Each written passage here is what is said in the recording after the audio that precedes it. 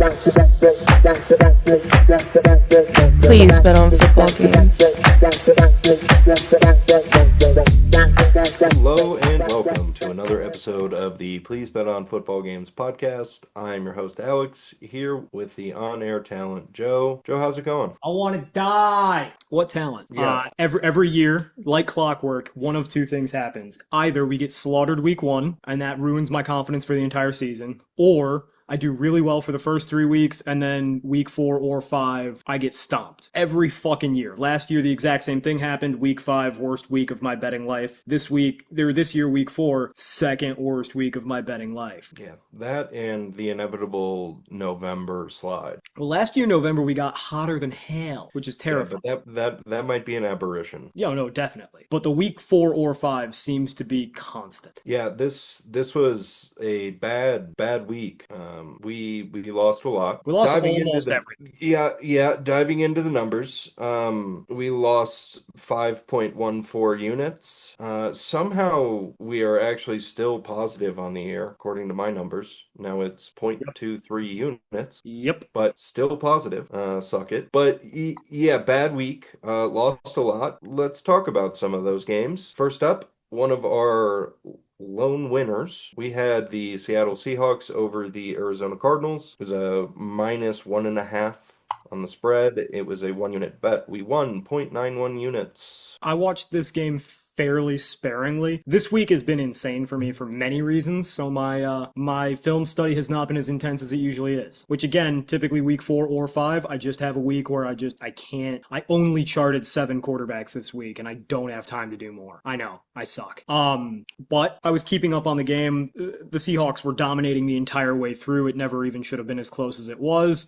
And we're doing something new this week. Our buddies over at Sportfolio Kings, deep value better primarily. They do this really cool EDP model. So it's kind of like EPA, but it's based on how many points are deserved by an entire drive, right? So like if you do EPA per play, one crazy play can skew the whole damn thing. Whereas if you do, EPA per drive, way better. When coaches start thinking about how a game's going to go, they think in terms of drives, right? You don't script 1 or 2 plays, you script your opening drive. And you don't score points on one play typically. You score on an entire drive, sequencing together good plays. I think this model does a really good job of capturing that. And so it's going to be like the new bedrock of our bullshit report, because spoiler alert, Alex and I had some disagreements on what was and wasn't bullshit this week. And I thought this is a really good starting point. So yeah, Seattle, Arizona seemed kind of like it should have been more of a blowout than it was. The EDP drive quality model agrees. Shout out Sportfolio Kings. And I would have made this bet again. Fade Arizona. Yeah, so I'm pretty brand new to this tool, but it kind of, to me, it seems a little bit like a deserve to win-o-meter. Like it tries to stabilize some of those outlier crazy plays and look at like a totality of a drive.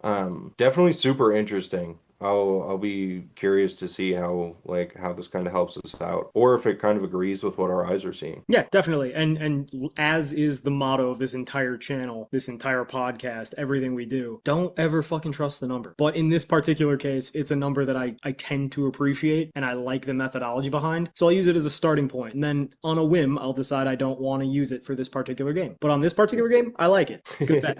Yeah, absolutely. I mean, I definitely like the premise and trying to, go to a little bit more context and like totality of plays to give us more information. Overall, yeah, I agree with you. I would bet on Seattle again. I think we had that read right. It's just more talent and a better coach. Let's talk about why we need the EDP model. Next up, our big loser, our best bet. It was a 3-unit bet, split half and half on the 3.5 point spread. It was plus 3.5 on the Tampa Bay Buccaneers, along with a 1.5 units on the money line.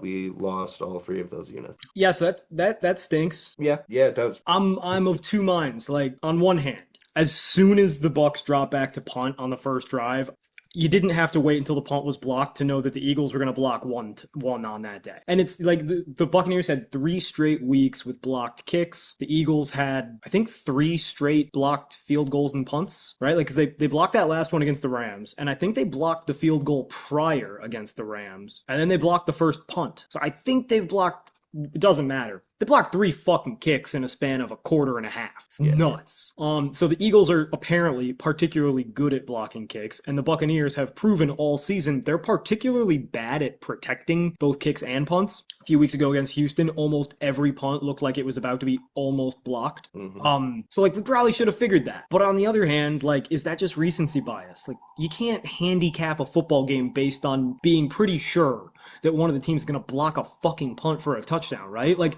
if last week you would have been like, no, Joe, I know you want to bet the Bucs, they're going to get a punt 6, I would have kicked you off the pod.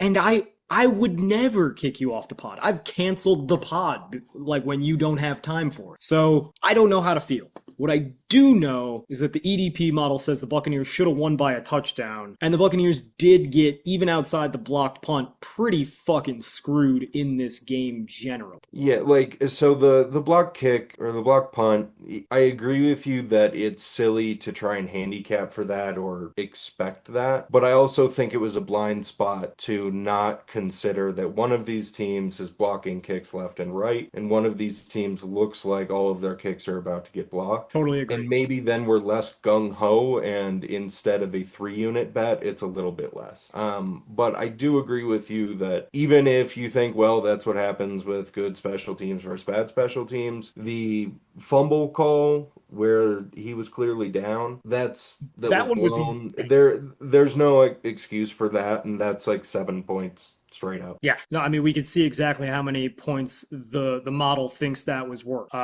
Yeah, so they fumbled here. They deserved 0 points on the drive, and then the Eagles deserved 1 point, but they got 7. That's roughly a 5-point swing. That's the cover. Yeah, I mean, even if you say like, no, the Eagles deserve a kick 6 every fucking game, that one bad fumble call is the cover right there. Yeah, and that's kind of where I come down on this game, in that I think it's maybe just, or at least not bullshit, that we lost the money line bet, but I think we should have covered. Yeah, I agree. I think that's the most reasonable thing. Now, given that the money line was plus 170, I think I'd make this fucking bet again. We also didn't know Mike Evans was out when we made the bet. We thought he might be. He was. And also, maybe I just don't remember it, but I feel like we didn't really talk about Baker being hurt. We had no idea that Baker had a right bicep injury. Now, granted, he actually played really well. He started slow, though. He did start a little slow, and I do have to say, because it pisses me off to no end, I don't have time to make a video this week. I'd love to make a video this week on Baker Mayfield and explain why, for a large portion of the game where he made some incredible plays, it was garbage time, and I just don't count it. The interception in the end zone. Buccaneers Twitter is like pissed at him for making unnecessarily risky and aggressive decisions. Chris Godwin was uncovered. He was wide open. The ball got tipped and therefore bounced he was trying to throw to his right. Ball gets batted just barely by like a fingernail and goes to the left instead. Instead of ending up in the arms of the wide open receiver, it bounces to the defender who had already been burnt to a crisp by him. It was incredible pocket management. It was the right decision. It was good vision to keep your eyes downfield while running, and the throw probably would have been at least roughly accurate, which is enough for a touchdown in that scenario. So, shut the fuck up. He made a bad decision. He threw a ball that should have been picked and was dropped by Cooper DeJean in the first quarter. I'm not saying Baker was perfect, but on that particular play, shut the fuck up. That made me mad. A lot of that game made me upset. Well, hey, Grizzard, I know you love Emeka Ibuka. He's not a fast man. Don't give him the ball on reverses. Refs, typically when like the defender is holding on to a shirt and that shirt is stretched out and the ball is in the hands of the quarterback in the pocket, that's called holding. You should call it. It was a weird fucking game. I think that at a certain point the refs just wanted to get the fuck out of there because it was 105 degrees on the field and just put the whistles away. Let's go home. Yeah, I mean, I think this is one where I don't think like we can be too upset about the result, especially not on the money line, but I think we would both make this bet again, maybe just 2 units instead of 3. But well, yeah, that's another thing is I have to learn. Every year I start the year doing 1 unit per bet, and I'm pretty consistent about it, and I win. And then I get cocky and I go, ooh, I like it a lot. 2 or 3 units. And then that one loses and I learn my lesson all over again. So going forward, let's try to be 1 and 2 units. I'm certain I'll have a 3 unit bet today now that I was about to say, I don't think I've ever been the one that has said, hey, let's do 3 units. Sometimes a motherfucker's gotta shoot. That is not from the quote bucket, which we will be accessing after the recap. Next up, we had the Washington Commanders with Marcus Mariota over the Atlanta Falcons. That was a money line bet. It was 2 units. The odds don't matter because we lost it. It was plus money, but who cares? Yep, doesn't matter. Down 2 units. I know the Commanders' offense was decent. The game basically turned out to be Marcus Mariota threw a deep ball. It was about a yard or two too deep. Got picked off in the end zone. That's the game. I thought Mariota played well. I thought he played better than Jaden Daniels would have. I think that for the Commanders to beat real teams, they have to be nearly perfect on offense because their defense is terrible. And I noticed something about the Atlanta Falcons that I think I already knew, but really crystallized in my brain. The Atlanta Falcons offense is not that well designed, and Michael Penix is actually typically pretty fucking inaccurate. He was good this week. He was. I gave him an A-, which is easily his best game ever. A week after getting an F-. But the Atlanta Falcons offense, it's not particularly great. It's not particularly clever. It is good at getting the ball to Bijan. And when the Falcons play teams with linebackers who cannot cover well and they get the ball to Bijan, he is unstoppable. We saw it a lot week 1 against Servasia Davis. I mean, I think he allowed 80 yards and almost all of them were against Bijan and most of them were on the first fucking drive. I remember that first touchdown of the year for the Falcons. It was like a 53-yard swing pass to Bijan. Servasia Dennis. Yeah, Servasia Dennis. Don't have words I can say about you that are humane. But the statue of Bobby Wagner came back to bite us. Well, I was going to say, I saw the exact same swing pass, and I saw defensive tackle Bobby Wagner. He can't bend his back anymore because he's fat and old. It's so weird because Bobby Wagner was once such a freaky, quick athlete. Like he glided around like a fucking water bug, a huge fucking water bug. And now, his back is stiff. He can't get good posture. He can't lean over his toes. And are you reacting to the sirens? Yes. They're very clear. Yeah, I think I left my porch door open a little bit, my balcony door. Anyway, seeing Bobby Wagner trot like your uncle after Thanksgiving to try to catch Bijan Robinson, who's sprinting like, a world-class athlete, because that's what they're both supposed to be. It really crystallized. Anytime the Falcons play a team with a bad, slow linebacker, hard to bet against the Falcons, because they will get at least one touchdown out of that mismatch. We deserve to lose this bet, and the model agrees. And, hey, at least we learned something. Yeah, and also, it's good that we didn't learn anything about the Commanders, because it looks like they're going back to Jaden Daniels, and none of that matters. Our little sojourn with the Commanders is over. The 1 week I'm in D.C., Mariota's not... It's the first time he hasn't played an A+ game with them. By the way, I was told by lots of Commanders fans that if I ever showed my face in D.C., I would be shot, and I was not shot. So what's going on? You guys bitches? You didn't check in? I did not check in. My dad and I did chase rats down the street in downtown D.C. at 4 a.m., though. That's fun. We caught one, and we cornered it, and we didn't know what to do. I was about to say, that's a real, dog chasing the car situation. I don't know if we really want to be here now. And my sister was like, oh, let's go see the Constitution. Let's see the White House. Let's see all these wonderful, artifacts of the greatest country in the history of the world. And my dad and I got drunk at dive bars and we got yelled at by homeless people.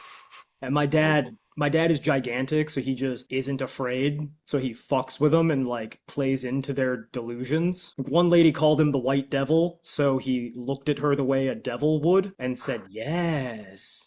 So there's some poor homeless lady thinks she actually found the one true white devil, and nobody's going to believe her, but she is, I guess, right. I mean, it's probably still a fun story for her to tell around the barrel of fire. I was going to say, around the burning trash can. All right, enough about your favorite, the odors. Next game.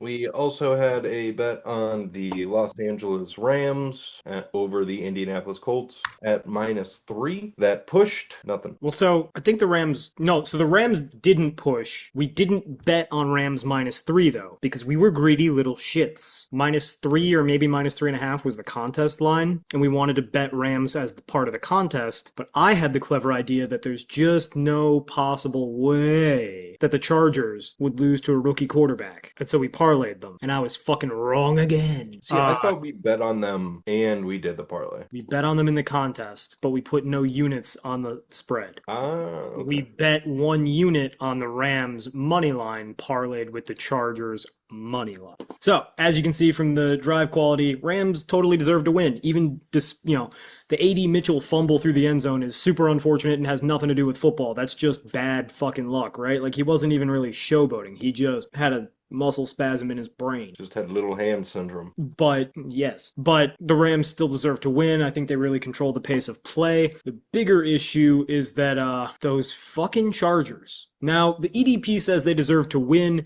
and frankly, I was certain they would, especially when Jackson Dart got hurt at the end of the first half, especially when Malik Neighbors tore his ACL, and still the Chargers just couldn't string anything together on offense. And it's not like the Chargers had a bunch of drives that ended in turnovers or other bullshit. It was just some cowardly punting, and basically they just kind of thought they had more time than they did. They kind of sat back and rested on their laurels, and then at the very end, it looked like they were going to be able to at least tie with a field goal, and just mismanagement of clock and not they didn't get lucky at the last second. Frankly, it looked, I hate to say it, it looked like the Chargers didn't really care and kind of were like, yeah, we'll handle it. We got it. And then they didn't. Whereas the Giants were pushing the pedal to the metal. I'd make the bet again, but I think in this particular instance, there were some factors against us that we didn't properly account for. Yeah. I'm same boat on that.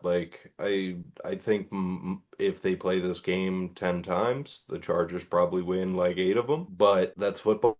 We missed some stuff. I mean, Justin Herbert's typically not going to throw 2 picks, right? And one of them was a boarded play. He tried to throw the ball away, kind of, and he left it in bounds. It was weird. So yeah, it's a bad game. We deserve to lose, but also, if they played again next week, I'd make the bet, Yeah. All right. So, a loss that we learned nothing from. Yeah, no, really. That's a worthless loss. The worst kind. Other than maybe the anchor system is bad, but I don't think so. Yeah, I still like it. And, whatever. Next game. Our other win of the week, we had the Chicago Bears over the Las Vegas Raiders. That was a money line bet. Bears won. We won 0.95 units. Lucky. Yeah, I think we got super lucky, and I totally agree with the drive quality model. And not just because the Bears blocked a field goal at the last second to win. Throw that shit out.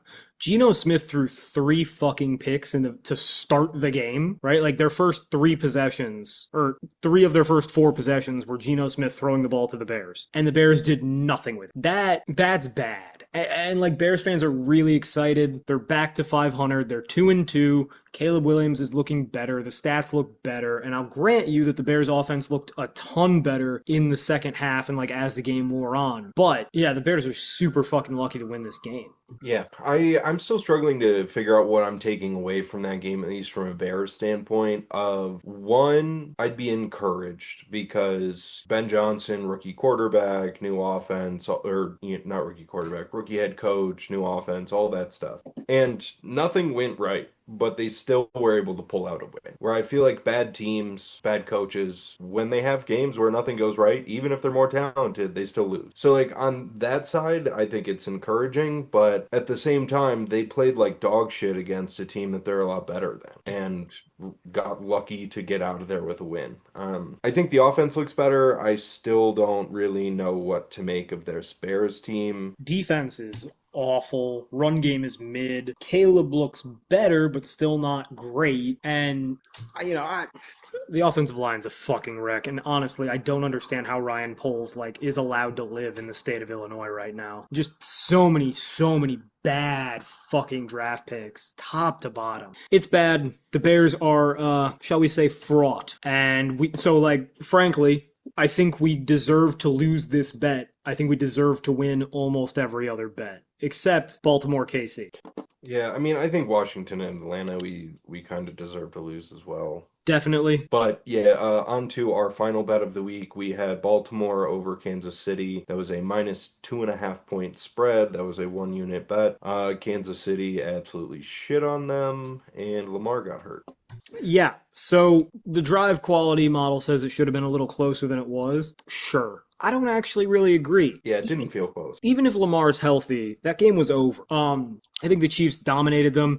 I think the Ravens have a few problems. Remember in the offseason where we were saying, like, this roster is insanely stacked? Everybody was. I mean, like, that was the common consensus. I was talking with a buddy of mine, shout out Restore the Roar RTR on Twitter. He was saying, like, there's this big popular betting podcast that maybe talks shit about us sometimes, and maybe I don't like them. And they said, like, the Ravens were one of the 3 greatest teams of all time this year, right? And if you believe that Lamar Jackson's, like, a Hall of Fame legendary MVP every year kind of quarterback, I would agree, because the rest of the roster was stacked, right? The secondary is insane. Defensive line's supposed to be great. The linebackers are both Pro Bowl guys. And then on the other side, like, yeah, a lot of people believe Lamar's a legendary quarterback. I don't. I think he's above average now, although this year is calling that into question. Offensive line is sick. Wide receivers are healthy and extremely deep and really good and versatile. 3 really good tight ends. And Derrick Henry, Hall of Famer running back. Well, Derrick Henry can't stop fumbling. When he's not fumbling, he's really not that effective anymore, except for, like, the occasional breakout run. And that's what we saw in Tennessee. And we're going to have a conversation about the Ravens, but we're not going to be able to talk about Lamar a lot, so I want to get that out of the way now. Right? Lamar's hurt. He's probably not playing this week or for the next couple. He's been bad this year. The passing is never going to be great from him. It's just not who he is. But the running has been really bad.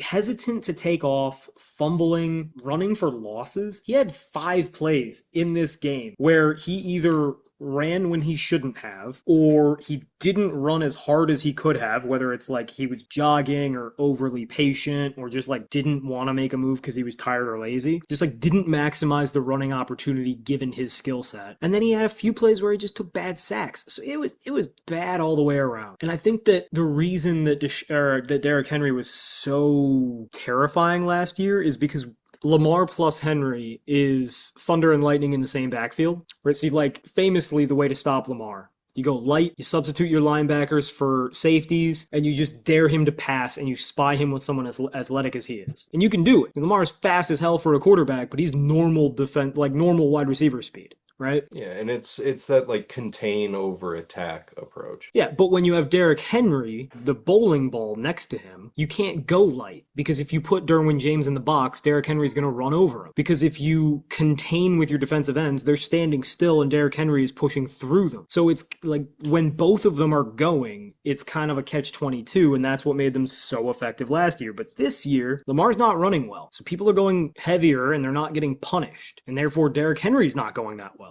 And when Derrick Henry's not going that well, Lamar as a runner isn't as fearsome. So, like, because Lamar hadn't been running much and he hadn't been running well when he ran, it created a vicious cycle domino effect where, like, the whole Ravens offense kind of fell apart. And we'll see what they look like with Cooper the fuck rush, but I think they deserve to lose, and I think they deserve to be about 1-3. Yeah, I mean, I also can't figure out why their defense can't stop anyone. Their defensive line is so insanely bad. Their coverage is still good, but their defensive line, they get no pass rush, and they are the worst run defending line I think I've ever seen. And both of those are supposed to be the complete opposite of true. Yeah, and like what happened, like I know Madubuike's been out. Who are they missing other guys? Like that's what I'm trying to figure out is we looked at this D-line a month and a half ago and said, this is a good D-line. It's a very Ravens defensive line. They're not going to be like speed rushing anyone, but they're going to be able to stop the run and come after you and be strong. We will talk about them when we come to that. Because they do play the Texans with an actionable line. But I think it is time for us to start the quote bucket and start the game analysis. On to week 5. Never been more ready to get to the next week. First up, on Thursday night, we have the San Francisco 49ers going to play the Los Angeles Rams. The Rams are -6.5. That's crazy. Didn't they announce that Brock Purdy was coming back today, too? They announced that he's probably not going to play. He played last week against Jacksonville. They said he's hurt again, and the line moved 3 points. Frankly, that line moved the wrong direction. Purdy and Mac Jones are the same exact caliber. The difference is simply that Brock Purdy has a lot more confidence, so he thinks he can try shit, and he should not try shit. Now, you have picked, in celebration of your Cleveland Indians, I'm allowed to say that, you're not. You have picked Major League as the quote bucket movie. You have given me 27 quotes We're going to see how many I can get through. Now, I have not watched this movie since high school. I've watched it probably 2 times. Good movie. Life Imitated Art. They did the exact same shit this year, and exactly like Life Imitating Art, they're probably going to get swept out of the playoffs just like the Indians did back in the 80s in the movie. Yeah, and obviously, okay, a few things. One, I've watched Major League twice in the last week, and it's a movie that I watch every year on opening day or around opening day, and then when they go to the playoffs, which luckily has been pretty often lately. I would love for them to win the World Series, but to be completely honest, they could lose again tomorrow against the Tigers, and I'll be upset about it, but man, they made history. And also, fun fact about Major League, they are 15 games back in Major League when they come back. And then the Guardians just did 15 and a half. Insane. Thank you, Tigers, for blowing just an absolutely insane collapse. Enjoy the playoffs. Tarek Skubal's insane. I have a joke that I have to make, but I can't make on the recording, so... Yeah. The real life Cleveland voodoo devil magic guards ball bullshit surpassed even Hollywood. How fun for me. Definitely made this week of football a lot easier to stomach. I don't think celebration. I don't think it's better to call them all of those adjectives than it is to simply call them the Injuns. I think you're more offensive. I need that put out there. Also, for those of you who are new here, I'm Siasapa Lakota. I can say Injuns. You should not. I wonder if YouTube will strike us for that. Like, if you say slurs, yeah, you're gonna have to send in your card. Well, no, I think the problem is that nobody knows we exist still. They've done a really good job of getting rid of all evidence, such as the Indians. Onto the football. Major League quotes, because that brought me happiness in this week of terrible football, and they made history, so suck it. All right. That's the second time I said that this week, which is one too many times. I've missed opportunities to hit the quote bucket already, so I'm going to retroactively hit the quote bucket because this game is perfect for this. The 49ers line moving out to 6.5 from 3, so it was 49ers plus 3, which, Rams minus 3. And at Rams minus 3, I'm betting the Rams every fucking time. Yep. Way better team. Their shitty starting quarterback comes out, and their quite exactly as shitty backup quarterback comes in, and the local press seems to think that they'd save everyone a lot of time and trouble if they just went out and shot themselves. As much as I hate San Francisco and all things in it, including the 49ers, I don't think that's the case. And I think the right side is the 49ers, but I do not want to bet it because I don't like betting on underdogs when I have a vastly superior quarterback on the other side, especially the Rams, who are probably a top 3 favorite team of mine and the podcasts more generally.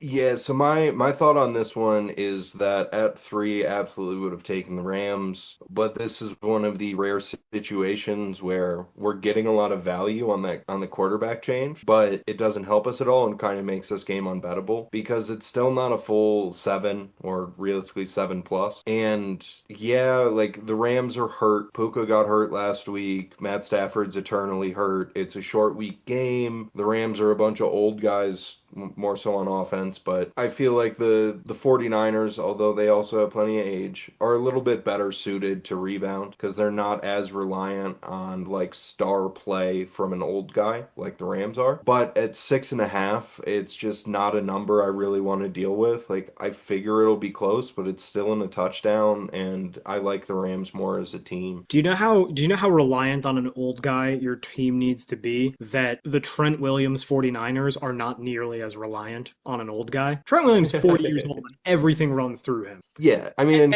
but still, your point is correct. Matt Stafford is dead, has no back, has been cloned 3 times, and if he gets hit 1 time, he's a dead guy, and Jimmy Garoppolo's playing, and I don't want to touch that at all. I'm not handicapping Matt Stafford's propensity for injury in this game, but just 6.5, here's how it looks for me. Either the Rams have to fucking blow the 49ers out in a divisional game against a team that, Shanahan and McVay have a little rivalry going. This game means more to everybody. So either the Rams have to blow the 49ers out, and the Rams are a team that never blows anyone out, or I have to bet on the shitty quarterback who I don't believe in with a very banged up roster that seems to get continually more injured on the road on a short week, keeping a game close. Yuck, poo-poo, I lean 49ers. That's bad. Reminder that you can't say Injuns on the air. We'll say it because we know nobody's listening anyway. Bucket, I told you I had to get it in retroactively. It's just too appropriate. I'm sorry. All the rest will be in real time and in context. Yeah, I mean, I don't want to bet on this game. I agree with you. The 49ers are the right side. It's just still not a number that I really want to take because I like the Rams more as a team. Do you want to hop to Monday night? Because I think I have a fucking bet. To Monday night? No, Sunday morning. Okay, I was like, where are we going, man? Well, where we're going is Europe. I think Britain. Yeah, I think they're in London. On to Sunday morning, another international game kicking off our Sunday. We have the Minnesota Vikings playing the Cleveland Browns. The Vikings are -3.5. Browns plus 3.5 cha-ching. They are starting Dylan Gabriel. They are, and that's a significant upgrade simply because he's not dead. Joe Flacco might be. The real handicap, it's not, I think the Browns offense will be a little better with Gabriel because he'll run the offense. He'll play, he'll facilitate. He's a game manager. It's perfect. It's exactly what he needs to do. But the real thing, for those of you watching on the YouTube, I'm about to click over. The real thing going on here is, I want you to look at something for me, Alex. See this offensive line? Yeah, I was going to say. What do you notice about this offensive line? Keep in mind that school is playing through an ankle injury. It's a bunch of backups and guys with really, really bad grades. What you notice is they're shitty.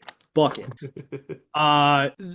This offensive line is so much worse than even PFF recognizes. Darisaw is great. Darisaw could lock up Myles Garrett to the extent that any living human could. But Myles Garrett can move before the snap, and if he's lined up literally anywhere other than directly over the left tackle, he will get a sack. Yeah, Carson Wentz doing that. They Carson move Wentz around all the time. I've seen him line up in the A-gap mugged, which means like as a linebacker directly over the center, walked up like he's going to blitz.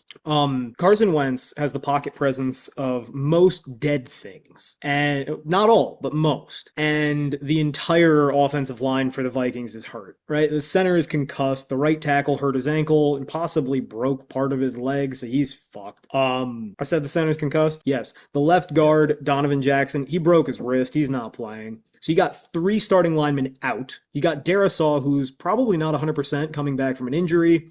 And then you've got 3 bad backups. Color me pessimistic. Meanwhile, we were all fearing like what Myles Garrett and Mason Graham would look like together. Malik Collins has been on a tear. PFF has him as the number 1 ranked defensive tackle. I wipe my ass with PFF's ratings, but I do think that he has looked very fresh. He's been great in the pass rush. I think him and Mason Graham have been like kind of a perfect D-tackle combo. And that Graham has he's had some pass rush stuff but he's also had spots where he hasn't done anything in it. But he's been incredible in the run game. And it frees up Collins to be able to go after. And when you're playing with Myles Garrett, you get a lot of one-on-ones. Exactly. I forget exactly who did it, but it was like 2 weeks ago, and a team literally did a 3-man Congo line to try to block Myles Garrett. It was a tackle with a tight end behind him and a running back behind the tight end, and they were all pushing, and Myles Garrett was still penetrating. I will not make the jokes about still penetrating, but hey kids, did you know you're supposed to not wear 2 condoms at the same time because the friction will break them? When we were little, the cool kids would say you always wear 2 in case one breaks. But they're liars. The Browns front 6, even front 7. Best in football? It really might be. I mean, like, Schlesinger has been everything we thought he would be and more. Mm-hmm. Devin Bush is alive again. I don't know what happened to him for like 3 years, but he's still fast. And he still runs around. And then we already talked about how their defensive line is like kind of unmanageable. Like there's really nothing you can do. That's great. Now, outside of that, things start to get hazy. I don't like the safeties.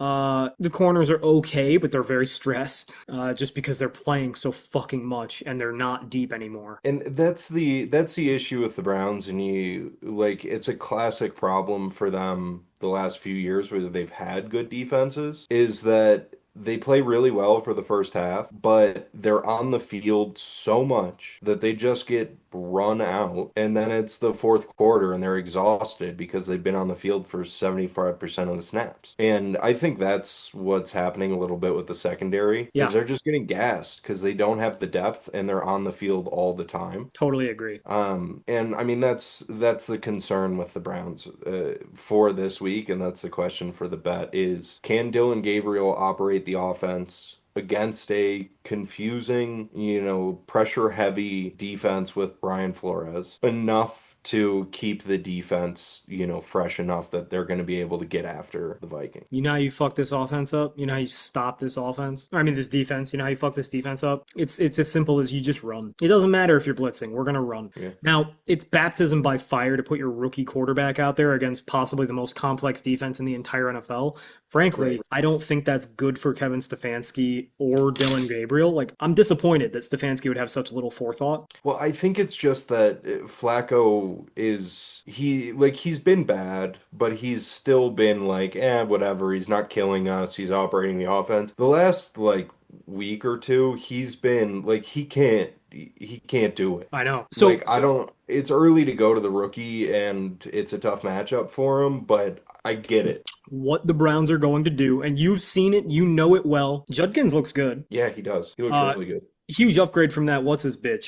The Ford that they tried to make happen for the last couple of years? Mm-hmm. That's the worst self-scouting I've ever... Ford doesn't have a single trait that's above average. Yeah. Never was gonna... They kept him around for a long time, dude. They loved him, and I never understood why. Anyway, Judkins is a real guy, and then who's the small guy, number 8 out of Tennessee? I love him.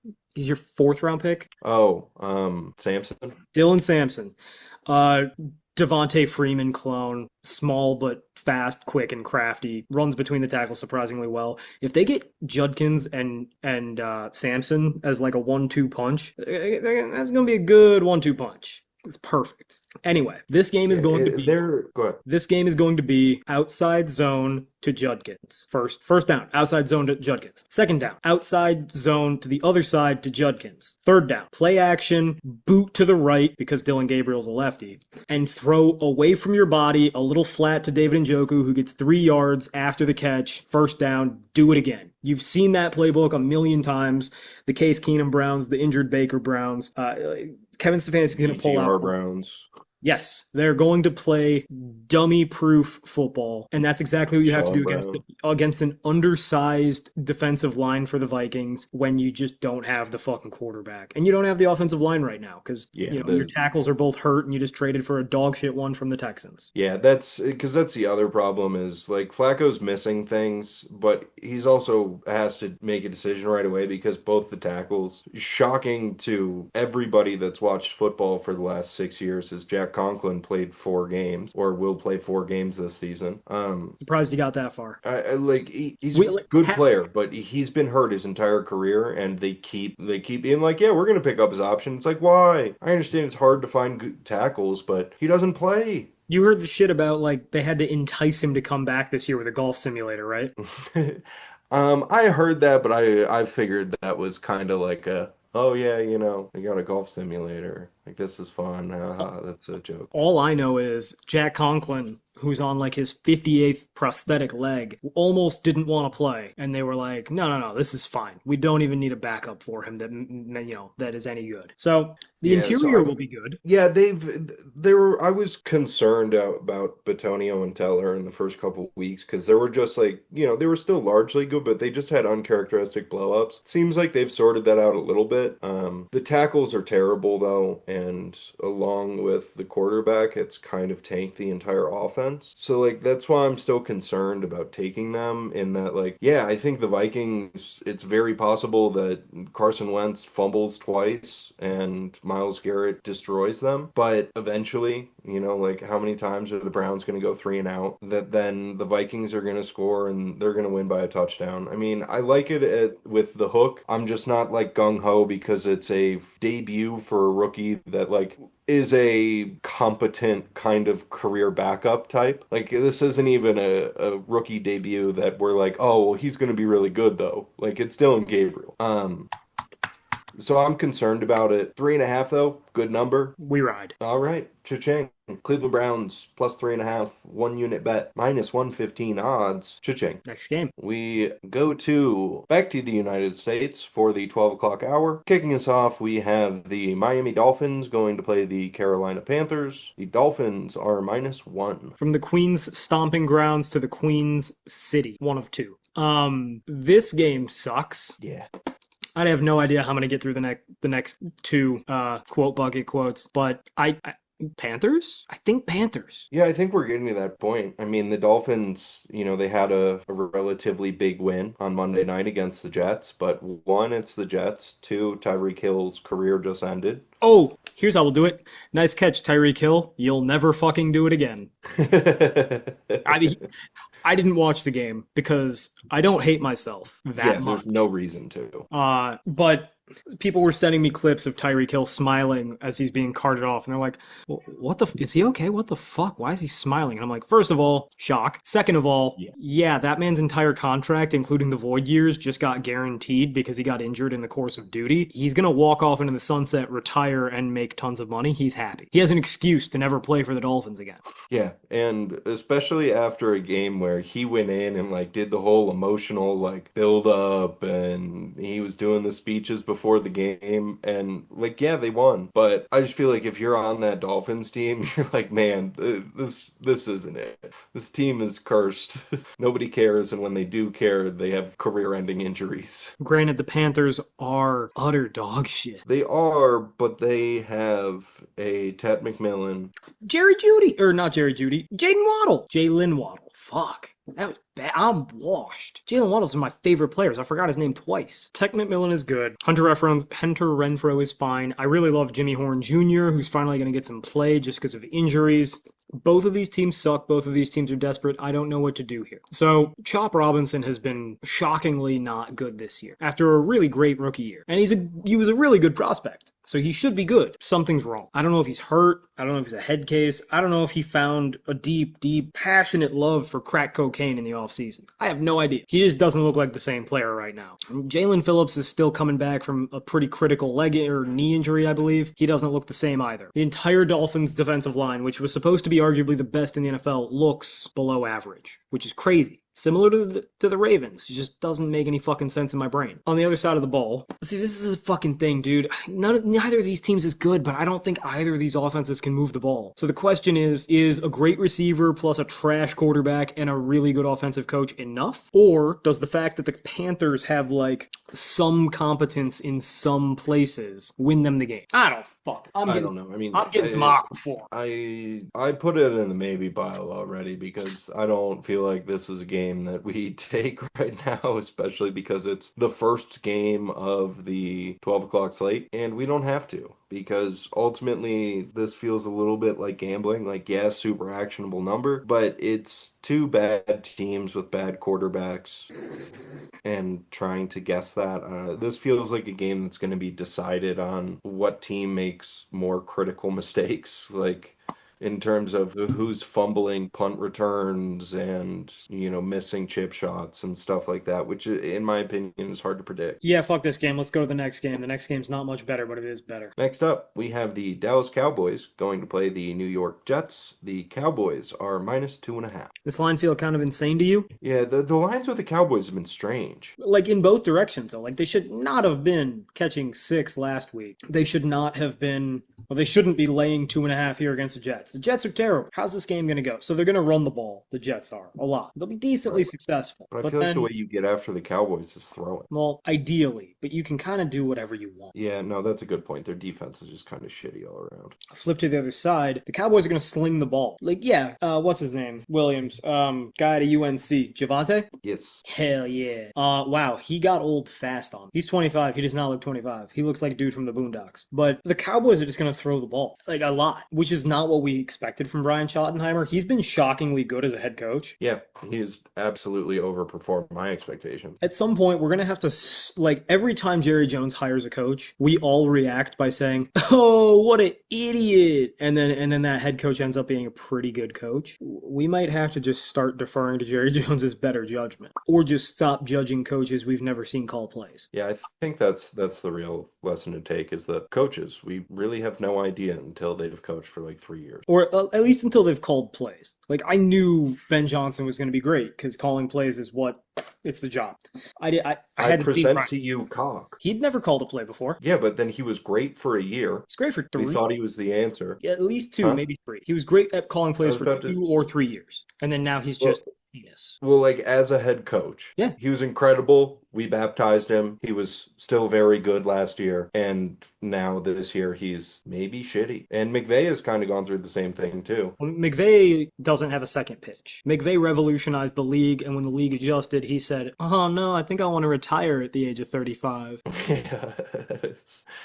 Oh, Either way. granted, the Rams offense this year has been aggressive again and fun, so maybe he just needed to get married. His wife nagging him, so he goes to the office and he draws up new plays just for something that breaks up the monotony. Gave him new drive in life. He doesn't feel complacent, like, this is annoying. I'm just going to retire. We're just a bit outside the topic at hand. There's a bucket. I don't know how the fuck I'm going to ask this, Alex. How do I incorporate How's Your Wife and My Kids into a podcast about football? I don't know, Joe. You told me not to curate quotes for you. I might skip it. Just to get notable quotes from the film. And True. How's Your Wife and My Kids is absolutely a notable quote from that film. Back to on topic. Dallas offense has been more throw heavy than anticipated. A welcome surprise. The Jets are just so fucking bad. Like my handicap for this game is so square. My handicap is LOL fucking Jets. LOL, Jets poorly coached. LOL, Justin Fields. Remember that one throw he had against Clemson? He's still living off of it 8 years later. Yeah, and it's 2.5 points, so it's still within a field goal. Like, it's a very actionable, normal number. What the fuck are we doing? Why are we even considering not betting the Cowboys? Yeah, I mean, I think it's just because it feels incredibly square. It is. Squares win 40% of the time. All right, so cha-ching. I'm Cowboys. fucking reluctant cha-ching. Do I like it? No. Do I have to bet it? Yeah. Fuck the Jets. Reluctant cha-ching, 1 unit, Dallas minus 2.5. But we just saw Dallas tie and hang with, genuinely, the Packers. Dramatically better in every way compared to the Jets. All right, Raiders Colts. Next up, we have the Las Vegas Raiders going to play the Indianapolis Colts. The Colts are minus 7. The Colts are legitimately good. I'm never laying 7 with goddamn anybody. Pass. Yep, that's where I'm at. I think the Colts very much prove that they're legitimate last week. And so, like, any of that uncertainty on, like, maybe they're not actually this or whatever is kind of gone. We know the Raiders are bad, but that's a big number. The Colts aren't an absolute juggernaut. Next game. Do you remember one quick point? Remember last week when I made fun of how, like, oh, Liatu Latu has an elite PFF grade because his coverage score is so insane? And, like, he's had 3 plays that were not on the defensive line, so I don't care about his coverage score. Right. He's also actually playing really well. And I just wanted to say, Liatu Latu, you're playing really well. I appreciate you. Next Good game. job, LL. Ooh. Next up, fun game. we have the Denver Broncos going to play the Philadelphia Eagles. The Eagles are minus 3.5. The battle of, oh, that team rocks, and that quarterback shouldn't be paid to play football.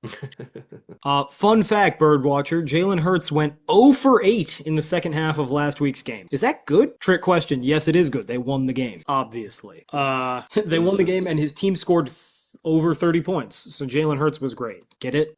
I wish Jalen Hurts ran like Mays because he does throw like shit, but he's also just not that good of a runner. Bo Nix kind of is. Bo Nix a better runner than Jalen Hurts. Book it. If you disagree, you're racist.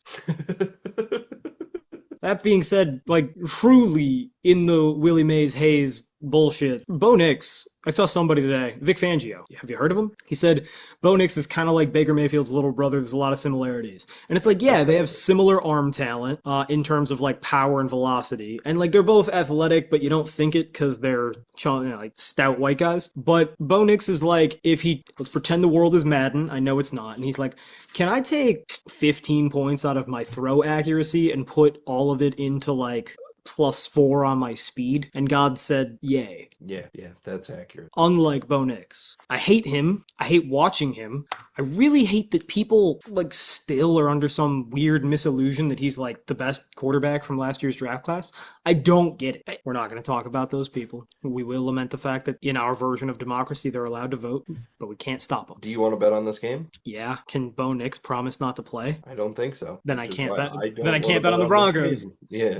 If you told me right now that Bo Nix stubbed his toe and Jarrett Stidham is starting, max bet. Not actually, because I learned my lesson that, last week. Max betting the Broncos with Jarrett Stidham would be the epitome of learning nothing from last week. When last week the Eagles taught me they can't lose. It's not possible. And Mariota taught me even when a backup's really good, betting on a backup is just kind of weird and risky. And if I bet on a backup to beat the Eagles who can't lose no matter what because the devil magic likes them, I would be a fool. And I am. So I totally actually would. I would bet 2 units on Jarrett Stidham and the Broncos. Granted, if Stidham's playing, they probably are catching 7. Yeah, absolutely. But we're talking about an injury that doesn't exist at all. Yeah, I don't want to bet on that game. I don't feel confident enough in the Eagles for all of the reasons we've talked about for the last year. Basically Jalen Hurts, plus their pass rush is a little bit worse, their line's a little bit more beat up, etc., etc. But the Broncos have a terrible quarterback. The defense is great, but that only gets you so far when the quarterback doesn't know what he's doing. Yeah, basically, Eagles fans, don't worry, Bo Nix will blow. That's really what it is. At some point, they will ask Bo Nix Bucket to do anything other than throw a flat behind the line of scrimmage, and he will miss by 5 yards. Yeah, and that's the risk you run when you bet on Bo Nix, so I don't want to do it. Next game? Unfortunately. Next up, we have the New York Giants going to play the New Orleans Saints. The Saints are -1. Are we sure this isn't the California Penal League? I'm not seeing a lot of professionals here. I hate talking about these games. So actionable, but just 2 bad teams that are hard to predict. Well, this is the problem is they're both bad teams, but neither of them are as bad as their rap. Mm-hmm. The Saints are hanging in these games. Sure, they never have a chance of winning, but they make it a little interesting. Spencer Rattler continues to be 8/9 of a good quarterback. That 1/9 he's missing is just the most important 9th of the 9ths, of which there are many.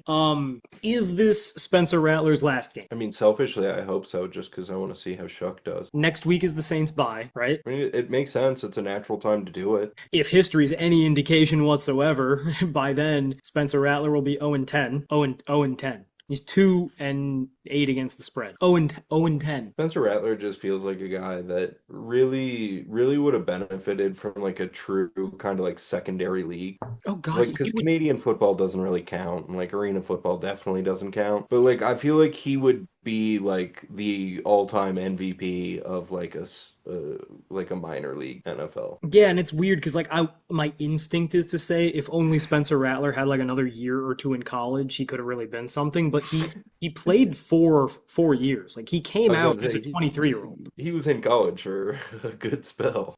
I don't think he had eligibility left when he got drafted. But I don't know, man. Elite defensive line for the Giants against mediocre when healthy offensive line. I lean Giants. I think I do too. I just worry a little bit of how are they going to score? Cam Scatterbo.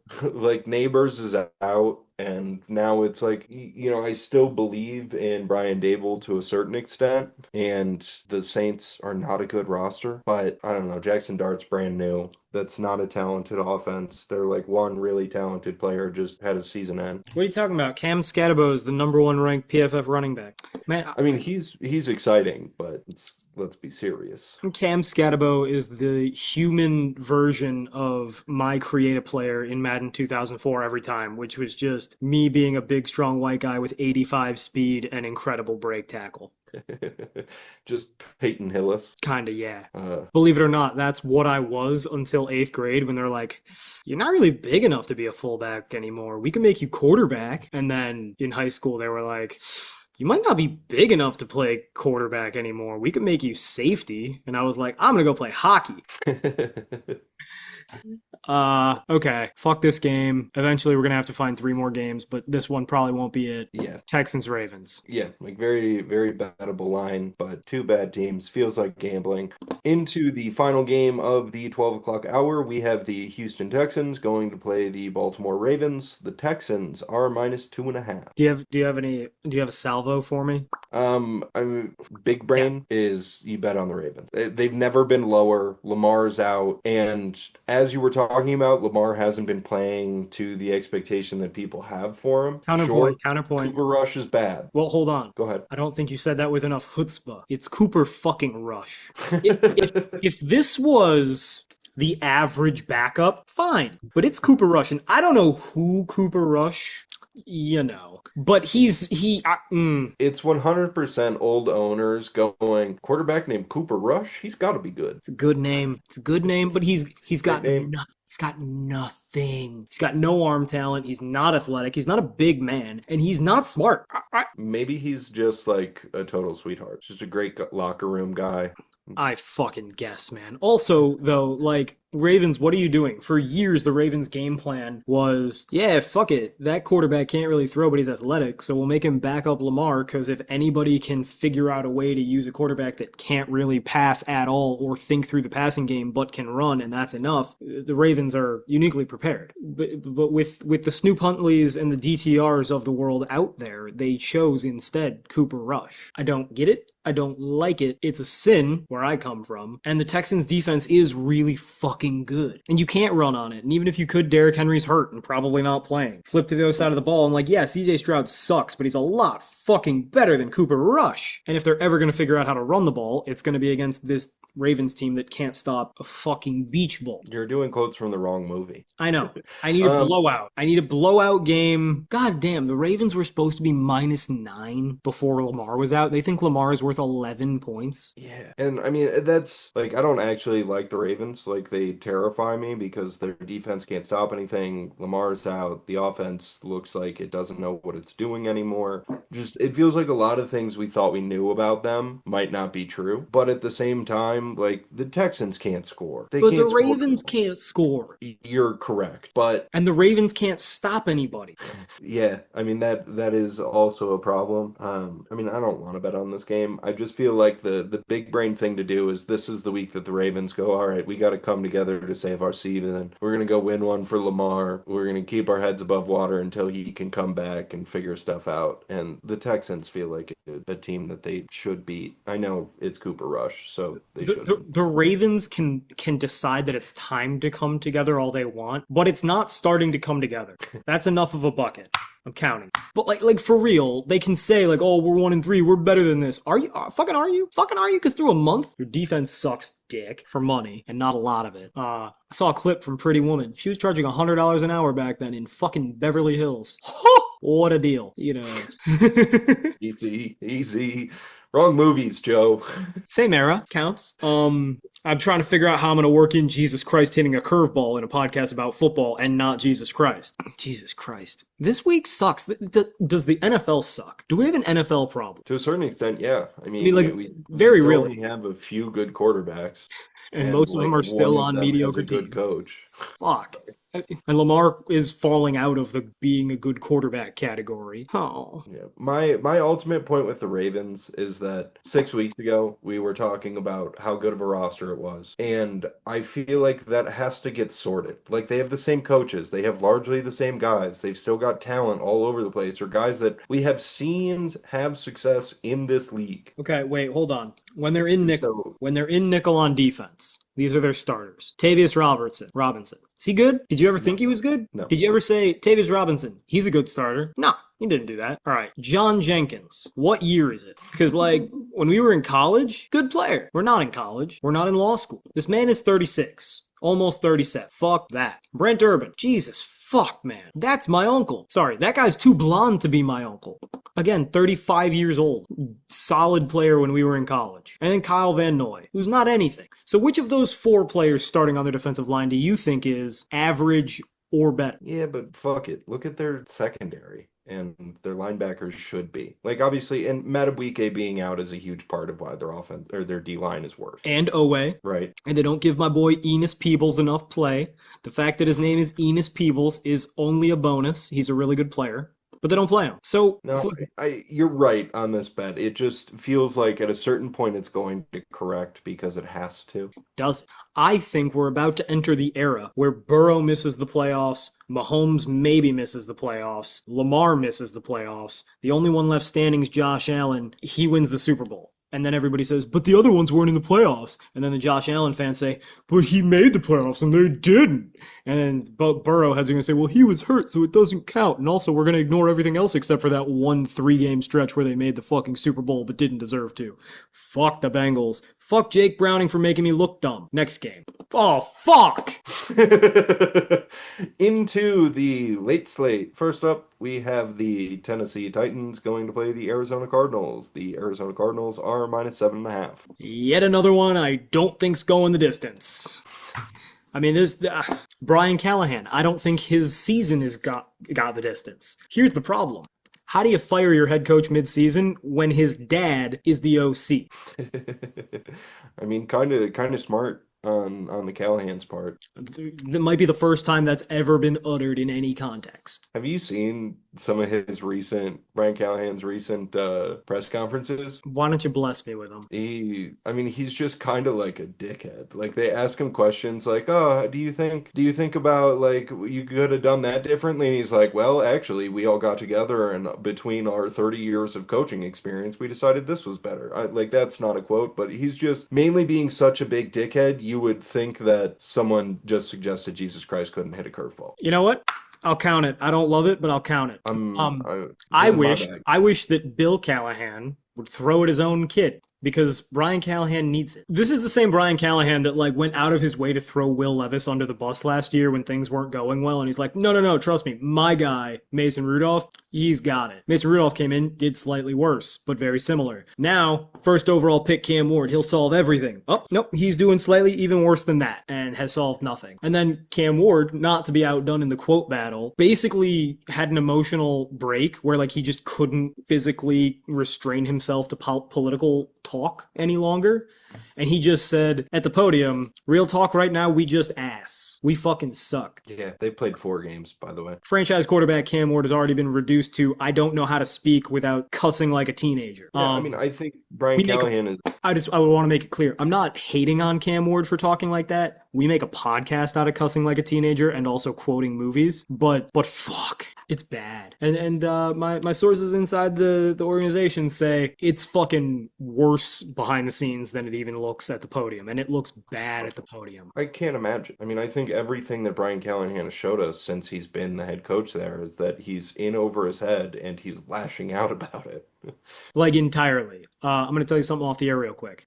Which brings me to my next question, which is why does nobody love my Rick Ross meme? My Rick Ross Lizzo meme I made of Cam Ward and Will Levis last year. With like the empowering versus put a shirt on. And then I called, instead of the N word, I called Will Levis the M word, being Mayo. Referring to a man as Mayo is hilarious. I think the racial undertones will always get you in trouble, man. I'm saying black people are women? I don't know. I feel like that's why people use that like HR one, where it's like the skinny, handsome guy going to talk to the lady at her cubicle, and she's like, "Oh, how sweet," and then it's the other guy saying the exact same thing, but he's like fat and ugly, and she's like, "HR." See, the problem is that one makes me feel like an incel, and I don't like that. That makes you feel like an incel more than, well, I see what you're saying. I don't know. It's neither here nor there. Well, neither is the entire Titans offense. And the defense is starting to give up, although where does Jeff Simmons go? That's fun. See, my problem is I really want to keep fading the Cardinals, but the Titans just won't let me. I can't bet this game. No, it's impossible. The Cardinals have more than a touchdown? That's ridiculous. The premise is insane, and I reject it. Do you think Brian Callahan will look to sacrifice a live chicken to fix his offense? Or do you think he'll just continue to blame everybody around him for everything? He's going to need to do more than just one live chicken. How about Cam Ward? Because he's trying. Oh. Next game! Next up, we have the Tampa Bay Buccaneers going to play the Seattle Seahawks. The Seahawks are -3.5. I wonder if we'll bet on the Buccaneers again. At this point, I feel dumb, but we're gonna. Yeah, how are the Bucs feeling health-wise? I don't know. How many special teams touchdowns have the Seahawks produced this year? None. Does that mean they're due? Against the Bucs, it does. All right, so let's be real for a second. It's a well-schemed, confusing defense. Baker has proven that he can actually handle those really well. Tom Brady was talking about it, and it made me realize I've been noticing it too, but like I'm not crazy, because a lot of the time 80% of the time, if I found something to praise about Baker Mayfield, I assume that I'm being biased because I've just been told I'm biased about him so fucking much that I've internalized it. I don't think anybody makes more checks at the line of scrimmage than Baker Mayfield. I mean, the man is basically calling his own offense, which I guess is the luxury of being in the same system for the second year in a row for the first time ever. But all that to say, Baker Mayfield has a really good pre-snap understanding, and I don't think he'll be confused by Mike McDonald's wizardry, though I do think he is a wizard. But I worry a little bit about this Bucs offensive line because their right guard says it all. Haggard. Who the fuck is Haggard? Do you know this man? I have no clue. He's a convicted felon, isn't he? He should be. Bucket. This defensive line's really good, and it's especially good on the interior, which just so happens to be one of the Bucs' two weaknesses.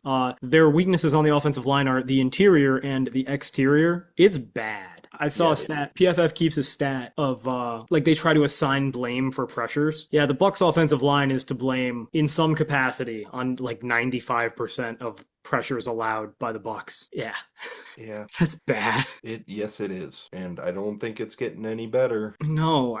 Tristan Wirfs helps, but unfortunately, the line itself is bad. And when Baker's banged up, he can't do the same Superman stuff to get out of things, even though he has gotten a lot better. And I've seen other people pointing out, wow, look at what Baker notices here and checks out of at the line and stuff like that I think has been a development for him. And yeah, maybe it is just being in the same offense for 2 years in a row. But when you're hurt and he can't move around and escape like that, it really fucks up that offense because he's done a lot of superhero stuff for them in late game situations and money down situations. And I think that was a little bit of last week is he's not 100% right. So I think that's overblown because it's just a bicep pull, right? And his arm looked plenty powerful last week. It doesn't really affect his movement, and his pocket management was fucking incredible again. Anyway, I'm gonna say I don't care about Baker's injury at all. I care more about their offensive line sucks. Their wide receivers are mangled, right? And Godwin and Egbuka are good at what they do, but they cannot separate for shit. Frankly, I'd rather have Sterling Shepard on the outside and then you kick one of those slow fuckers into the slot. But they just won't do that because the Bucs have a delusional confidence in Egbuka.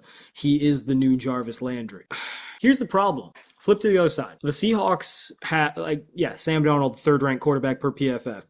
All the Seahawks do is run the ball. It's all they do. More than almost anybody else. A greater percentage of their plays are running the ball than almost anybody. And when they do pass, it's always off play action. Why does this matter? It's easier to blitz play action. If you blitz play action, think about it. Just the logistics of the thing. While the quarterback's faking the handoff, he can't be throwing. He can't be running. He can't be escaping pressure. He's a sitting duck. When he looks up, he has to reorient himself and he doesn't know where the defense is, right? He turns his back to the defense quite literally. He has to reorient himself. So play action necessarily takes a little longer. And if you're blitzing a linebacker, which the Bucs have been known to do from time to time, and last year 63% of their plays, this year 40%, that linebacker is not going to get, caught up in the run fake because blitzing the run fake and blitzing the quarterback are pretty similar. You're heading to the same point, right? And you'll notice pretty quick if you're blitzing and the running back doesn't have the ball. I think that this will allow the Buccaneers to get pressure that they usually don't. I think that the Seahawks' porous interior offensive line will cede lots of pressure that typically the Bucs have struggled to get. I'm not afraid of any of these receivers for the Seahawks. That includes Jackson Smith, who added a last name to be more fun. But the Buccaneers' injury luck does make me question whether or not they've been stealing Joe Boo's rum. It's very bad to steal Joe Boo's rum. And the Bucs just can't keep anybody on the field. Seattle is beautiful this time of year, though. It won't be 100 degrees. That helps. I don't know. I mean, the Bucs, I like them more as a team. We obviously prefer the quarterback. The offense has been explosive and consistently high scoring for the most part, but they're beat up. Mike Evans is a significant difference maker for them because he's their true outside talent guy. Well, he's their only athletically impressive receiver. Right, and the offensive line is shit. And I know that you're not worried about Baker's injury, but I just feel like when Baker isn't feeling right, it shows up. Played really well this past week. Eventually. Eventually. And like that's what I mean. He doesn't completely fall apart, but I feel like when he doesn't feel 100%, and at least in previous years when he's been like this, it shows up in that it's whether he's trying to overcompensate or whatever, where he'll have stretches where he just looks off. And I think he looked off at the beginning of last week, and maybe he feels better this week. I don't know, but I do know that this is a good defense with size that's going to be able to get after him up the middle, which also hurts him because he does have a propensity to get balls tipped at the line and knocked down. And True. I mean, we saw it last week too. So I feel like those things add up to concern me. It's still a good line. We get And 3.5 points. exactly. It's still a good line with Baker Mayfield mostly healthy. And as much as Sam Darnold has had success this year, a lot of it is their first read is open and he's kind of just operating the offense. I think this is a better defense than a lot of teams that they've played so far. And there's actually going to be pressure from the Bucs offense that Sam Darnold's going to have to make big plays in big moments, which is where I think he kind of falls apart. I think he does well when things are clean, but once he starts getting into pressure situations, he freaks out a little bit. So with the hook, I'm still good to bet Bucs because I mean, I feel like we kind of have to. One, in terms of finding bets, and two, in betting on Baker Mayfield with 3.5 against a team that we think he's better than. Here, can I ask you a question? Go for it. You said you'd probably bet Buccaneers plus 3.5 against the Eagles again, right? Right. So you think the Seahawks are close to as good as the Eagles? I mean, I don't think it's as big of a difference as I did at the beginning of the year because I think Sam Darnold has been able to operate that offense a lot better. They've been able to consistently run, and that defense has been kind of everything we expected it to, whereas the Eagles' defense has not been what we expected it to be, and the offensive line has taken a step back too. Saquon can't move the ball. But no, we know conceptually the Kubiak offense is run the football twice, throw play action on third down. You can't run on the Bucs, even without, Kalijah Cansey and maybe without Greg Gaines. You just can't run the ball on the Bucs. If you're going to force Sam Darnold to pass, you're going to win the game. Yeah, and I think the Bucs still have a good passing defense. Oh, I think the Bucs secondary might be the best in the league now. I love it. Benjamin Morrison was all the fuck over AJ Brown, and he doesn't even technically start. I love the secondary from corner to corner. Yeah, so let's get some Darnold turnovers and Baker do shit. And again, 3.5. That's a great number. Do we take it money line? I mean, we could do the same thing we did last week. You know I'm going to, right? You're already at that point where you realize I'm going to. What's the number on the money line? Well, it's the same line as last week, so it's probably 170. 170? 165. I mean, because it is minus 113 on the 3.5. If it's 160, do you get scared? No, I'm just saying for... If it's 110, I'm betting it. Yeah, just for housekeeping purposes. The Buccaneers are going to give me all my money right the fuck back. Jesus Christ. I know that you're going to say, Joe, don't be on tilt, but this is... What are we talking about? Yeah, it's plus 165. Sir, I'm taking. Are we going to do a unit each? Yeah. Okay. I think that's smart because I do like the bet. The money line is worth it because of those odds. It could go wrong. I mean, it could be pretty much a carbon copy repeat of last week. Nope, couldn't. Nope. But I mean, there are problems with the Bucs. There are issues. There's even matchup issues in this. But yeah, their only starting player on offense that's not hurt is Baker Mayfield. Well, kind of. I mean, Tristan Wirfs is still coming back from injury. Chris Godwin's still coming back from injury. Emeka Egbuka suffers from chronic Jarvis Landryitis. Bucky Irving might not play, hurt. Granted, Rachaad White has actually been really good this year, and Sean Tucker is probably the best third running back in the NFL for whatever that's worth. But the entire offensive line's hurt. Cade Otton suffers from being Cade Otton. Yeah, my hesitation to that was more that Baker's not even really necessarily healthy. Baker's healthy. Remember last year in the first 4 weeks, he was limping all over the field because of his ankle, and he was fucking great. This is less than that. He's a guy that's hurt a lot. I saw him throw a 40-yard bullet pass last week through 2 defenders. He's fine. All right, so cha-ching, 1 unit on Tampa Bay plus 3.5, and 1 unit on Tampa Bay money line. All Baker's old body could use is a soak. Bucket. Next up, we have the Detroit Lions going to play the Cincinnati Bengals. The Lions are minus 10.5. If you watch this, it's a federal crime. I got something to say. When I said that there's no drop-off in production from Joe Burrow to Jake Browning. I didn't mean Jake Browning's good. Certainly the fuck not. Jake Browning is a practice squad caliber quarterback, and I think he's proven that time and time again. The issue is his first two, Jaguars game notwithstanding, he then followed it up with the two toughest, most exotic defenses in the NFL, right? Like Denver, crazy pass rush, very complicated defense, lots of sim pressures, lots of disguise, really hard to decipher, and Patrick Surtain could just erase Jamar Chase. The only guy who can do that, right? And the week prior, he plays against the Vikings. And even though he actually performed decently against Brian Flores' crazy defense, Isaiah Rodgers decided he needed to score 14 points by his lonesome. Kind of tough to overcome. Game got out of hand quickly, and Jake Browning is absolutely never going to lead anybody back from down 20. Their offensive line is just terrible, too. It's not good. And again, the Vikings is a good defensive line. The Bengals the Broncos rather is a really good defensive line. But it's looked bad. By the way, Aiden Hutchinson is probably the best defensive end not named Myles Garrett. Yikes. So the Bengals are going to have their hands full. I'm hoping they run the ball more. I kind of want to take the Bengals, but I don't want to.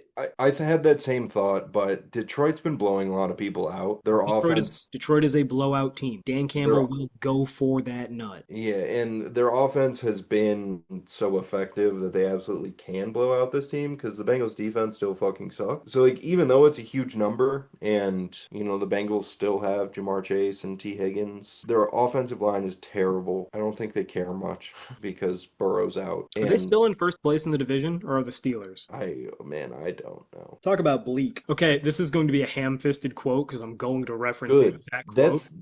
That's what the original theme behind this was you just jamming in out of context Gen Z slang. So get back to it. I need Zach Taylor to legitimately look at his team, hold up like a picture of Lamar Jackson having diarrhea again or whatever illness is befalling him right now, and very earnestly say, well, and I guess there's one thing left to do, win the whole fucking thing. Because legitimately everything lies before them. Like, are you afraid of the corpse of Aaron Rodgers with his midlife crisis tattoos and ponytail? No. By the way, bucket. Dude, the quote, Tomlinson's gonna need a visa to catch that one. A plus piece of announcing, but B, Mike Tomlin literally needed his visa to get to his home from Miami. Nailed it. Somebody tried to tell me that they think Mike Tomlin's a black Irish because Tomlin is an Irish surname. And I didn't have the heart to explain to them that black Irish is a myth. I was about to say, it just means that they had Irish.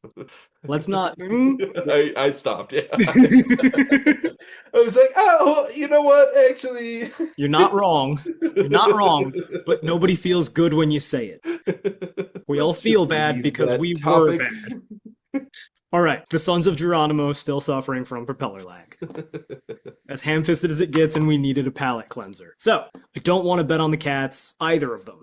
I don't want to bet on any team laying 10.5, especially when I think the Bengals are still a little underrated, because part of me still really thinks that Jake Browning is going to turn the production on once he plays a more vanilla defense. But also, the Lions run away with games. Yeah, and I just think that the Bengals offensive line might be to the point that it's so bad that, like, a backup quarterback can't just operate the offense, because everything is getting just tanked. It's a little bit of what's happening to the Browns, too. But that just can't be true, though, because we've seen this exact offensive line operate with this exact backup quarterback in this exact offense and these exact weapons for 6 games. Like, it's not Jake Browning came in for 1 game and put up big numbers. Played 6 games, had a winning record, almost led the Bengals to the playoffs. Like, we've seen this.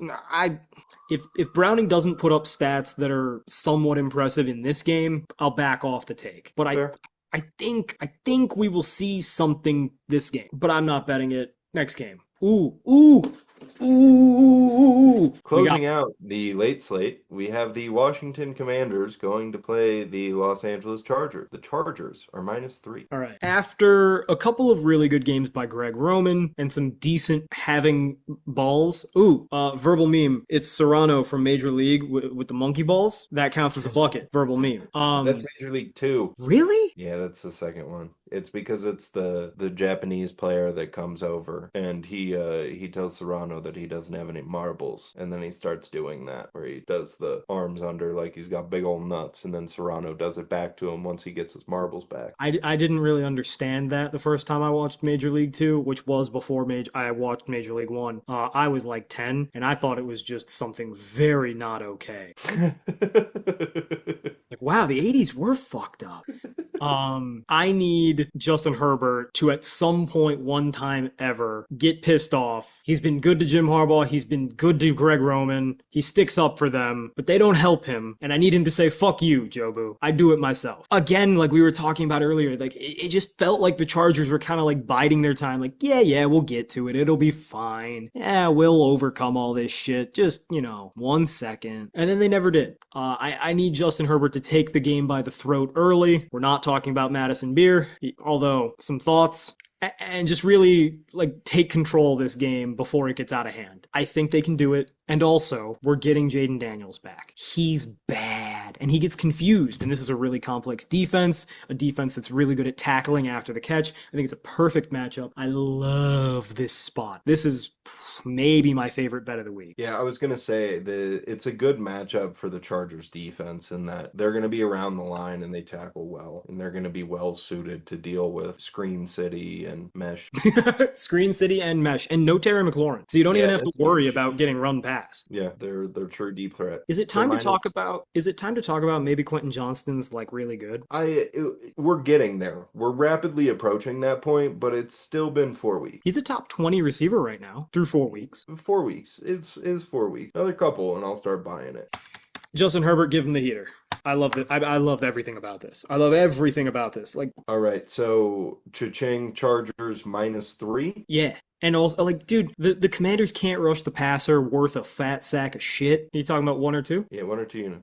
Start with 1 and we'll talk about it. Okay. That'll be for the wrap-up. But yeah, no, the Commanders can't rush the passer worth a fat sack of shit. We already went over how Bobby Wagner, the slowest man alive, PFF's 3-ranked linebacker. That's a fucking dirt rotten lie. Watch, I bet it's because he's got like a 99 pass rush rating because he did it one time. Look at me go.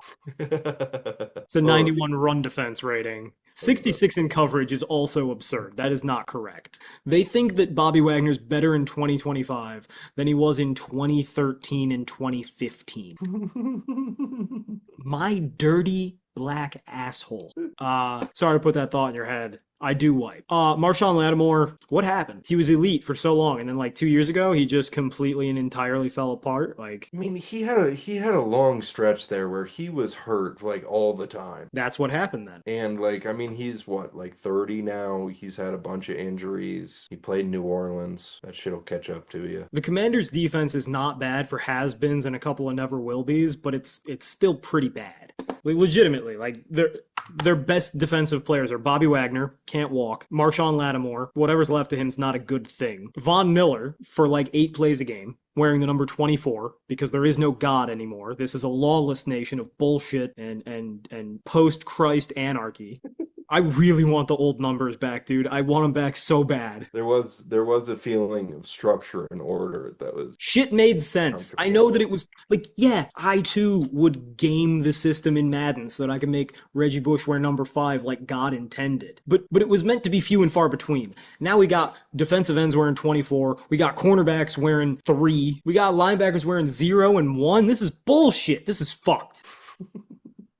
So, yeah, I'm older than I used to be. Fuck Commanders' defense sucks. Commanders' offense is one-dimensional without Terry. Commanders' offense gets worse with a lesser quarterback. Give me the Chargers, as no one's ever said before. Cha-ching. Cha-ching. Let's carry Underwood's thoughts. They also got to be a little pissed off after losing to the fucking Giants last week. If that doesn't refocus you, what will? But alas, to Sunday night, we have the New England Patriots going to play the Buffalo Bills. The Bills are -7.5. For years, when Sunday Night Football would come on, my first thought would be, damn, Carrie Underwood. And like, I don't even really know what constitutes good legs on a lady. Like, people would be like, oh, she got nice nice legs. And I'm like, I have no idea what that means, honestly.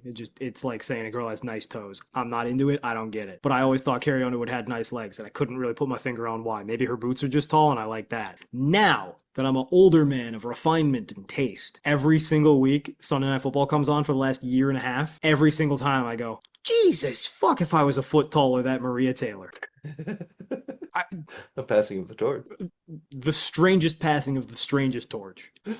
Vast, couldn't be more different in any way. But Maria Taylor's incredible at her job and lovely to look at. So good for her. Plus, apparently, I didn't know this, college basketball star at Georgia. I mean, that does make sense. She is very tall. She's 6'2". That makes her goddamn near a power forward in lady basketball. This game sucks, but it shouldn't. This is, we're not betting this game. The line is 7.5. It's just too much. But this is what I hate about the state of the NFL currently. We've got the second best quarterback in the NFL in Josh Allen, behind Baker Mayfield. Sorry. And we've got the fourth best quarterback in the NFL in Drake May. And it doesn't matter because both of their coaches insist on choking them with a belt at all times. And not even in the fun, cool way.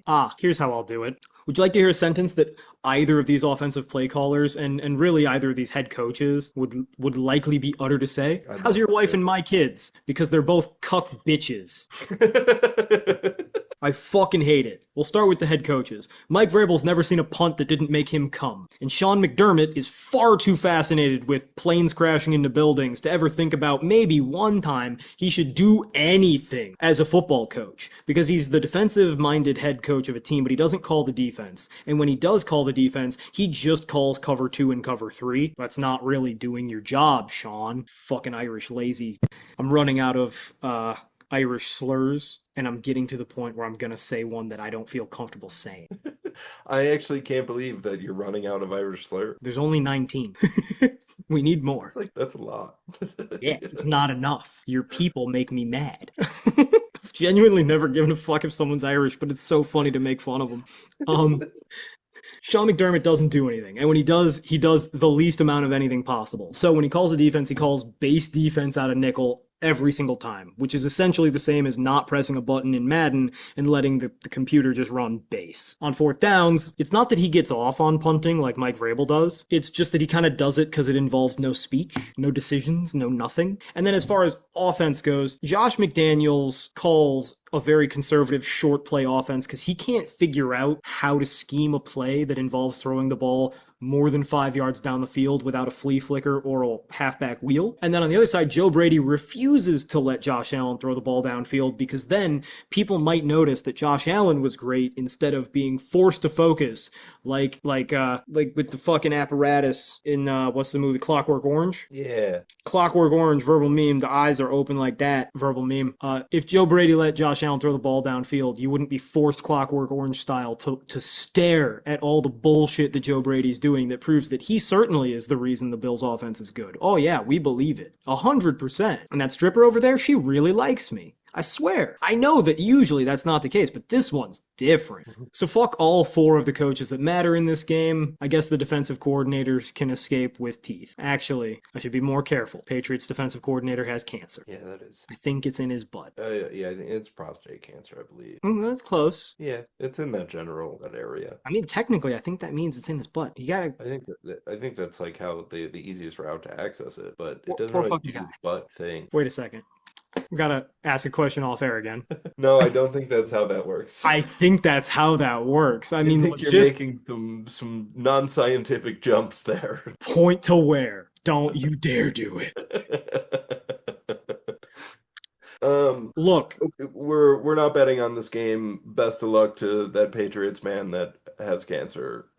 Hopefully it'll be fun to see Josh Allen and Drake May do some special stuff on there. but they won't be allowed to, so it won't be. So this will suck.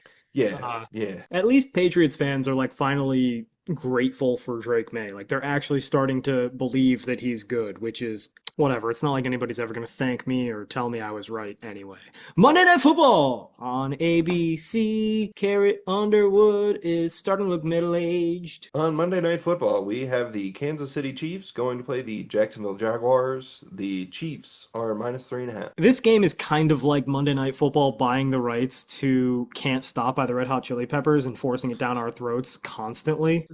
Not so long ago, that would have made me really excited and happy, but now it's kind of just annoying and sad. Not so long ago, this game would have been like the most hype you could be for a Monday night game. The Chosen One versus the next one. Patrick Mahomes, Trevor Lawrence, the battle of not actually any good quarterbacks, but everybody thinks they're the best. Why?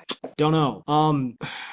I kind of love everything about the Jaguars except the things that are supposed to be good. Like Travis Hunter.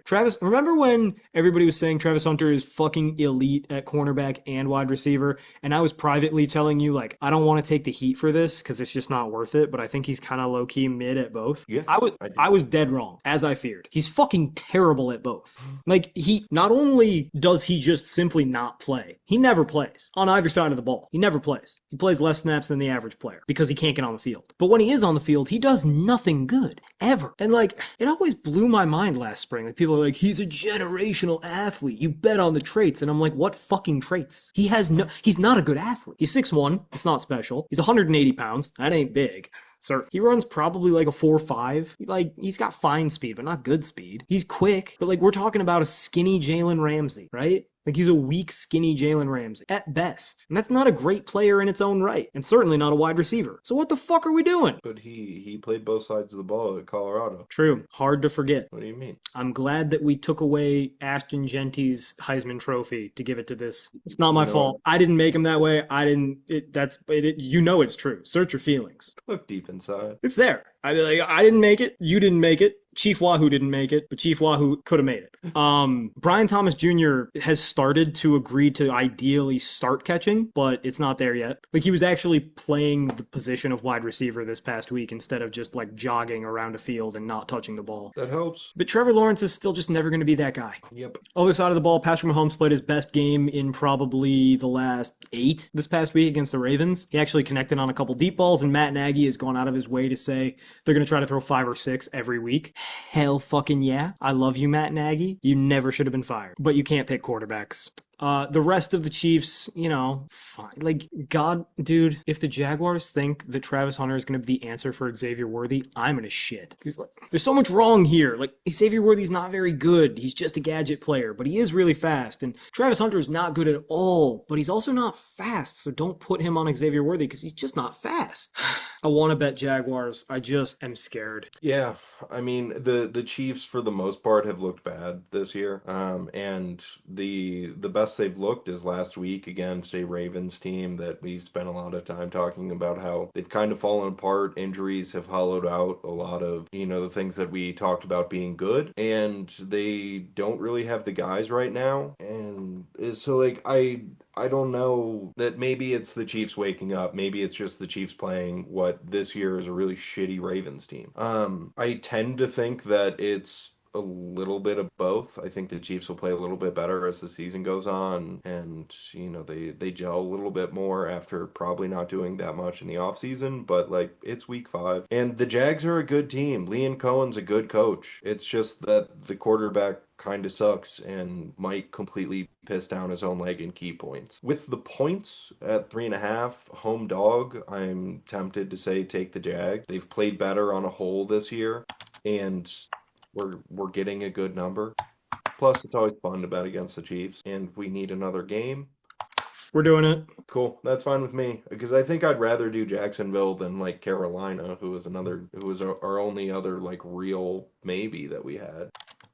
Does that make it 5 bets? Yeah, we have, assuming Cleveland, Minnesota's locked in, Dallas is locked in, Tampa's locked in, Chargers are locked in, and then Jacksonville makes it 5. Oh, we're betting Tampa money line and spread. Yeah, cool. 5 games, 6 bets, I guess. I think the only other thing to go over is how many units we want to do on the Chargers, and then we can go through everyone final. Okay, so wrap up. Cleveland over Minnesota. Cleveland plus 3.5, 1 unit, minus 115. Dallas minus 2.5 over the Jets, 1 unit, minus 113. Tampa over Seattle, a unit on the money line at plus 165, a unit on plus 3.5 at minus 113. Jacksonville over KC, Jacksonville plus 3.5, 1 unit, minus 117. San Diego, a whale's vagina. City of Lights. By the way, quote bucket, we got through 22 of them? No, 21 of them. Wait, we got through 23 of them. 2022. Oh no, you right. I did 23 quotes from a movie I haven't watched in a decade. That's pretty good. Yeah, but I'm shocked if that's the end of it, to be honest. How am I going to say the Indians win it? The Indians aren't going to win another game this year. Yeah, you're right. I'm not shocked that you're not getting that one in. That's as close as I can get to it. That's a bucket. And Indian power? How am I going to say Indian power after I just lost every fucking bet last week? I don't know. I figured that your confidence wouldn't waver after 1.5 bad weeks. My confidence barely exists ever. I am told constantly online every day that I'm an idiot by everybody. Yeah, and you need to build yourself back up with Indian power. I'm not singing, so that's just not happening. That's fine. I didn't really expect you to. And the other one's tough to work in. Again, it is the limits of a baseball movie transferring to a football podcast. Are we doing 1 or 2 units on the charges? What do you want to do? I think it depends how confident we feel in this week. I only got one thing to say to you before you make this decision. Strike this motherfucker out. You know what I want you to say. I mean, it feels tilty, but I think we should bet 2. Because we did that thing where we were like, all right, we're going to be small and conservative with our first 2 weeks, and we won all of our bets. And then we were like, all right, cool, time to bet big. And then lost it. So I feel like we're kind of at the point that let's just keep betting big, because if we try and well, this week we don't feel that confident, let's just go a little higher. So we'll do 2 best bets. You're goddamn fucking right. So we got 2 on Tampa over Seattle, split it, money line and spread. We got 2 on Chargers over the Redskins. Oh, I could have worked in a bunch of Indian bullshit. Hey man, I don't claim them. They're from now on. Washington is only the Redskins when I say positive things, or when Mariota's their quarterback. When it's Jaden Daniels, they're the fucking communists. Yeah. Jaden Daniels, right. Known communist. Are there any, this is a thing that we didn't really talk about. Do you want to do any drop dead leg parlay fun? Well, do you want to do the Lions and the Bills? No, not really. The Lions and the Colts? The Colts I like, but I feel like, oh fuck, Colts Cardinals. Yeah, and see what that number looks like. Hold on. Let's check the fucking apps. Good call, Alex. We always got to have a little bit of parlay fun. Well, I mean, typically we shouldn't actually. We explicitly should avoid it, but it does make money. Yeah, no, those parlayed are minus 155. We're not doing that. Oh, yeah. Fair enough. And I'm not doing a 3-legger. I'm not a fucking I don't like any 3-leg. I don't know what the math says on it, but survivor pick this week, Cardinals. Yeah, it's a damn good week to use them. I mean, just avoid, just keep fading the Titans. Titans are, to quote their starting quarterback, they are ass. And with that, I mean, fuck, you should probably bet on football games. You can't do any worse than I did last week. Asta.